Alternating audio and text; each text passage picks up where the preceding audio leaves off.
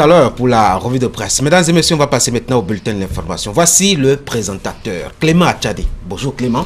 Bonjour Tanguy, bonjour à tous. De votre bulletin. Dans les titres, le président de la République engagé déterminé pour la protection de nos côtes, pour booster l'évolution des travaux de construction des épis de Siafato, il s'est rendu hier sur le site à Cotonou, c'est au quartier Akpakpa.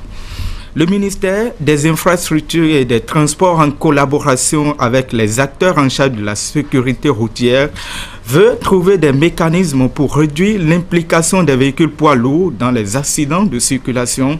À cet effet, une journée de réflexion a été hier organisée. Merci à vous Clément Achadé, à tout à l'heure pour la présentation complète. Mesdames et messieurs, n'oubliez pas le rendez-vous du Zapping. Ça vous rappelle l'essentiel des faits. En tout cas, ayant fait, l'actualité est relayée par Canal 3 Bénin. Le Zapping est signé Léon Dossou. Désormais, le restaurant La Table du Maire s'occupe de votre petit déjeuner. Prenez rendez-vous du lundi au vendredi à partir de 7h pour déguster nos différentes formules de petit déjeuner. Recevez en bonus un journal fraternité pour la formule municipale. Le petit déjeuner à La Table du Maire, c'est aussi s'informer à travers les quotidiens les plus lus de la place. Nous sommes situés dans la 2e rue à gauche, après l'entrée principale de la mairie de Cotonou, en quittant le feu tricolore du ciné Okpeoloa. La Table du Maire. Satisfaire votre appétit est notre préoccupation.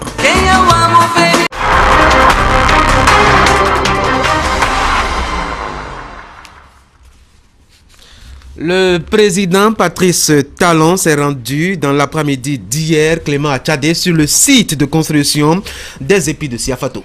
Oui, Tanguy, les quartiers Jacques et Akpakpa de Domaine sont les deux étapes de cette descente du président de la République. Patrice Talon est allé constater lui-même l'évolution des travaux dans le cadre de la construction de ces épis pour la protection de nos côtes. Thierry Ochou et Dintidjani. Le président Patrice Talon a décidé d'aller au-delà des rapports d'étape sur document pour constater de visu l'évolution des grands chantiers sous l'aide de la rupture. Cette descente sur le site de construction des épis de Siafato à Akpakpa, quartier Jacques, marque la première étape de cette visite dans le cadre du suivi des travaux de la protection côtière. Accompagné du ministre des Infrastructures, du ministre du Cadre de Vie, du préfet Toboula, le chef de l'État a eu droit ici aux explications techniques du directeur de la protection des côtes. Patrice Talon a ensuite mis le cap sur la berge lagunaire à Akpakpa de Domaine où des épis sont également en construction. Grâce au président de la République, en moins de 6 mois, le Bénin a mobilisé 40 milliards de francs CFA. 40 milliards de francs CFA avec 12% de participation du Bénin, c'est ça que nous sommes en train de voir ici. À savoir refaire des épis complémentaires. Aujourd'hui, nous sommes à 7 mois de travaux, mais déjà pratiquement à 40% de taux d'exécution physique, pour seulement moins de 30% de taux d'exécution financière.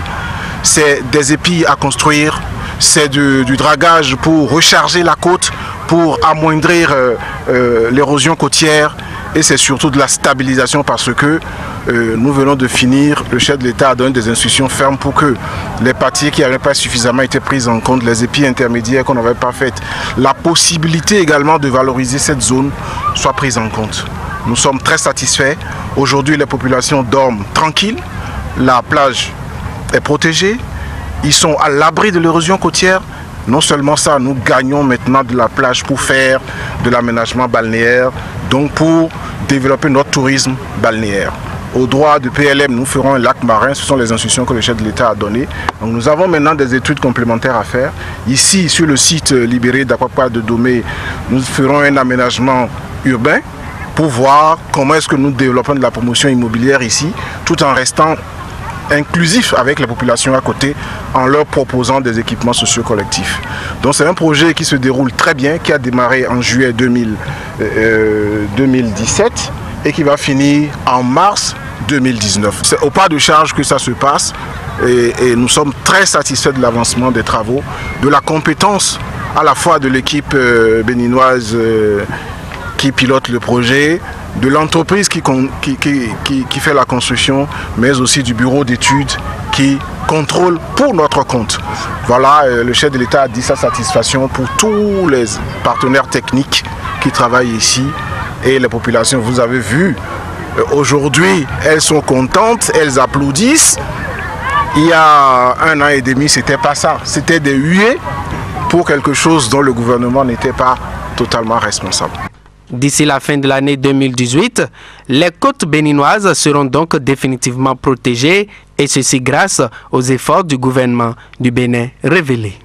Le système partisan au Bénin est au cœur d'un grand séminaire, c'est ici à Cotonou. L'initiative est à mettre à l'actif de l'Assemblée nationale, le PNUD et la Fondation Ancedel.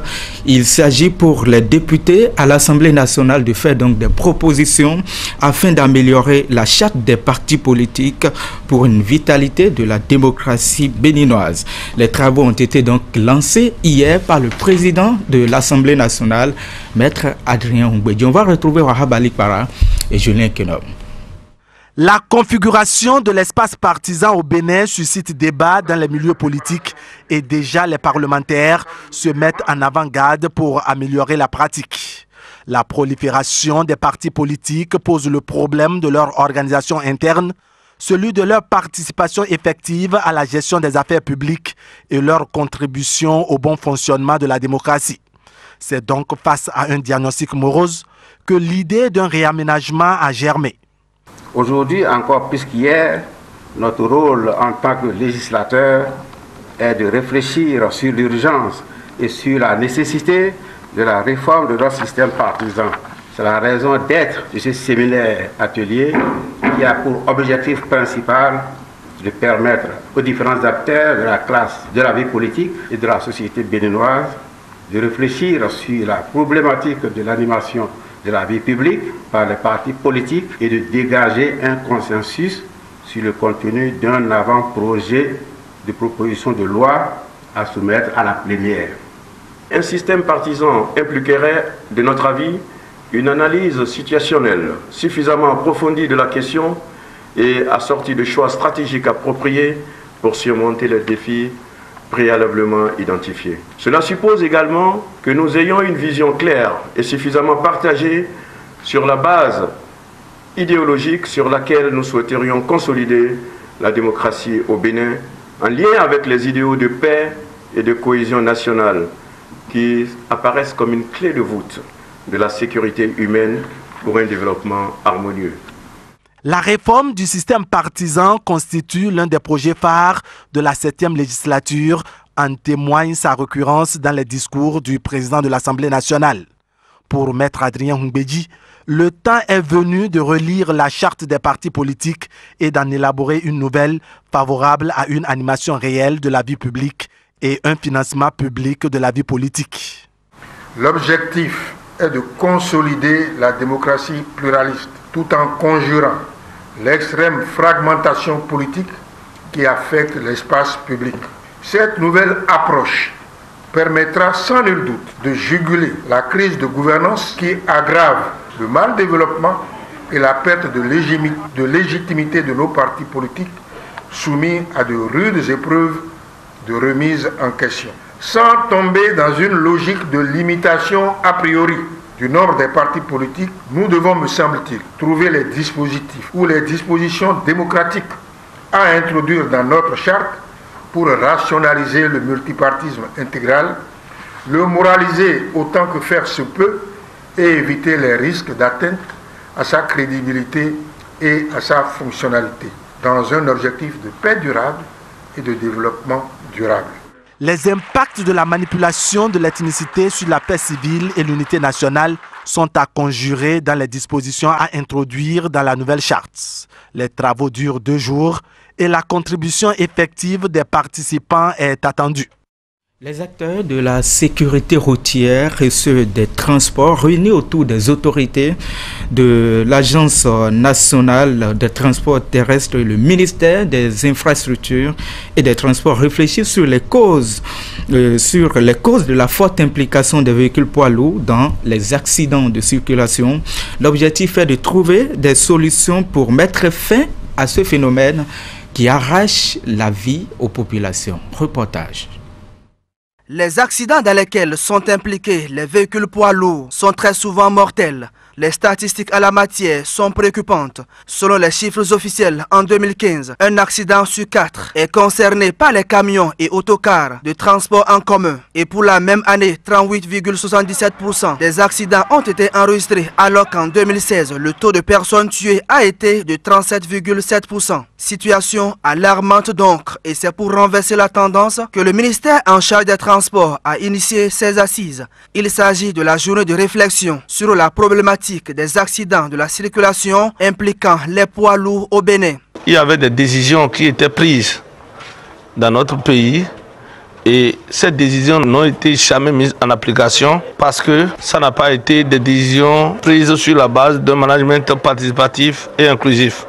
Interpellé par les deux ministres des infrastructures et des transports qui se sont succédés avec le ministre de l'Intérieur, nous leur avions fait comprendre que nous ne pouvons pas trouver une solution efficace si on n'associe pas l'ensemble des autres acteurs. Et donc ça a cadré un peu avec la préoccupation du gouvernement. Et ici et maintenant, nous allons sortir avec des solutions applicables immédiatement, à moyen terme et à long terme. Plusieurs causes justifient cette implication fréquente des véhicules poids lourds dans les accidents de la route. On parle entre autres du mauvais état des voies, du non-respect du code de la route, le manque d'entretien des camions et surtout les surcharges. Parce que pourquoi le surcharge de trucs? Ceux qui ont construit les véhicules, ils ont donné garantie de 25 tonnes, exemple. Vous avez mis 50 tonnes ou bien vous avez mis 40 tonnes. Comment se fait-il qu'un patin qu'ils ont mis de freiner 25 tonnes va freiner 40 tonnes ou bien 50 tonnes? Ça ne peut pas se faire. Le mal existe donc et le gouvernement a décidé de prendre ses responsabilités pour assurer la sécurité à tous les usagers de la route. Cette journée de réflexion vient donc lancer une série de réformes dans ce sens. Dans le cadre de cette journée de réflexion, qui constitue une précieuse opportunité d'identification concertée, des réponses urgentes et durables à apporter à ce fléau, les acteurs que vous constituez sont invités à procéder à un juste et pertinent diagnostic des accidents de la circulation impliquant les véhicules poids lourds sur les axes routiers du Bénin et à la sortie de solutions réalistes et durables, car la vie de nos populations et de nos villes en dépend.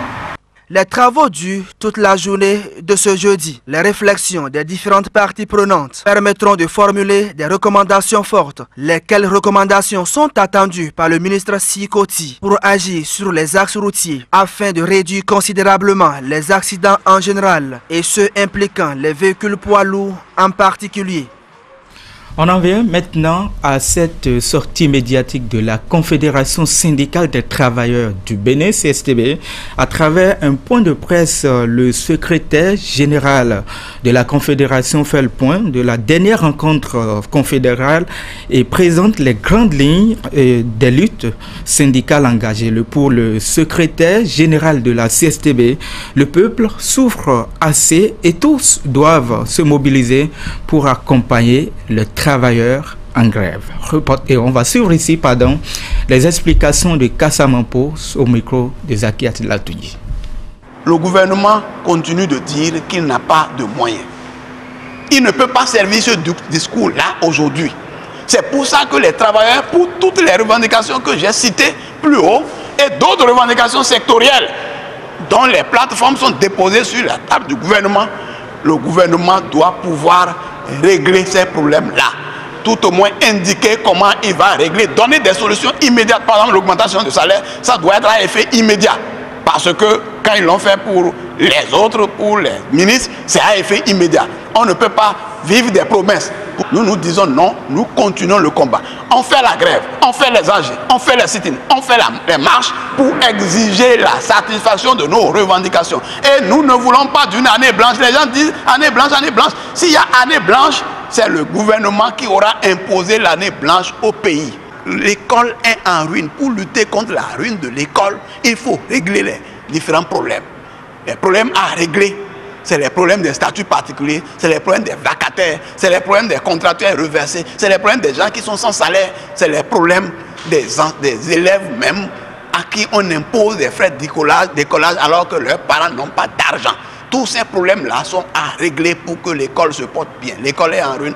Je ne parle même pas des programmes qui ne permettent même pas de former des gens adaptés donc aux réalités du Bénin. S'ils parlent même des morts, c'est pour lutter contre les morts que les agents de santé sont en grève. Nous l'avons dit et répété. Et s'ils continuent de se taire sur les problèmes des agents de santé, c'est eux donc qui sont génocidaires, c'est eux qui provoquent les morts. Alors, il faut que tous les travailleurs se lèvent, que la lutte se poursuive, que les parents d'élèves, les agents de tout le peuple soutiennent les travailleurs en lutte pour que véritablement le Bénin soit en paix. Le Bénin n'est pas un pays de paix. La paix, ce n'est pas le silence. Les gens sont en paix, ils meurent dans leur paix. On quitte Cotonou pour se rendre maintenant à Dekame. Nous sommes là dans la commune de Pomassé. L'organisation non gouvernementale Développement local vole au secours de la jeunesse scolaire, ensemble avec un institut belge et l'association de développement de l'arrondissement de Dekame. Les responsables de cette ONG ont fait don d'un important lot aux apprenants de la localité. Nassi Salosé. Des mains de l'espérance pour applaudir l'élan de cœur de ces étudiants belges, pensionnaires de l'Institut Sainte-Marie de Huy. Avec le concours de l'organisation non gouvernementale Développement local durable que préside Amélie Sossou Amoussou et de l'association de développement de l'arrondissement de Dekame, ils ont embelli l'état physique de l'école maternelle de la localité avec l'érection de ce bâtiment. Et nous sommes très heureux d'avoir pu modestement contribuer à la réalisation de ce bâtiment. L'enseignement maternel, c'est quelque chose de vraiment très important pour l'épanouissement des enfants. Donc voilà, nous sommes tous fiers et heureux d'être parmi vous et de pouvoir inaugurer ce bâtiment. Voilà ce que les privés ont réalisé, voilà ce que l'État a réalisé. Il y a une grande différence. Je tiens au nom de Dekame, au nom de tous ses fils, au nom de ses filles, vous remercier, madame. À ce module de 2 classes plus bureau du directeur, les donateurs y ont ajouté une lot de matériel constitué de fournitures scolaires, des vêtements, des chaussures et divers jeux pour enfants. Vous avez ainsi participé à la formation de futurs hauts cadres de Dekame. Je voudrais profiter de l'occasion pour vous exprimer mes remerciements et ma gratitude en lieu et en place des enfants et en mon propre nom. Après l'école maternelle, le collège d'enseignement général de Dekame qui fête ses 20 ans cette année. Les journées culturelles et sportives, plus des manifestations, ont eu une touche particulière avec des touristes portugais.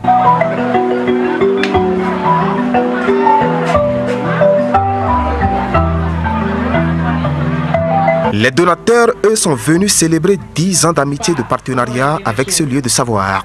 Et comme c'est le cas chaque année, ils y sont encore venus les bras chargés de présents pour ce collège. Ce geste constitue un véritable coup de pouce donné à l'amélioration des conditions scolaires de nos élèves, de nos enfants. Toute la communauté, par ma voix, une fois encore, vous exprime, chers partenaires et amis, nos sincères remerciements. Et je suis sûr sur le directeur et le président APE qui feront un bon usage pour vos dons. Ce que cet échange apporte à nos élèves est tellement précieux. Aucun cours de géographie, aucun cours d'histoire ne pourra jamais remplacer ce que nos jeunes vivent, ici et maintenant. Une découverte de l'histoire du Bénin, de votre culture si riche, de votre mode de vie, de vos traditions. L'association de développement de l'arrondissement de Dekame que préside Bernard Sossou Amoussou a su mesurer aussi la valeur du geste de ses partenaires belges. Nous sommes très reconnaissants et au nom du président, M. Amoussou Bernard, nous voudrons vous dire un grand merci. Je voudrais vous dire que vous ne vous êtes pas trompé de venir jusqu'ici parce que dans notre commune, ce CEG est un CEG pionnier. Depuis très longtemps, il occupe toujours la tête de la commune. Et nous nous battons chaque jour pour que cela soit ainsi. Une décennie de coopération bien fructueuse avec de nombreuses réalisations telles un centre de documentation équipé, un groupe électrogène, un rétroprojecteur, des fournitures de bureau, une connexion internet, bref, des œuvres qui participent à l'épanouissement de la jeunesse scolaire de Dekame dans la commune de Pomassé avec une forte implication de l'ONG Développement local durable. Mesdames, Messieurs, c'est la fin de ce bulletin. Bonne journée de vendredi et bon week-end à toutes et à tous. Quant à moi, je vous retrouve lundi avec le même sourire. Ah oui, ce sourire. Merci beaucoup à vous, Clément Tchadé, de nous le servir chaque matin en même temps que le bulletin de l'information. Actuel matin, ça se poursuit et voici la chronique de Nagui Balagwe.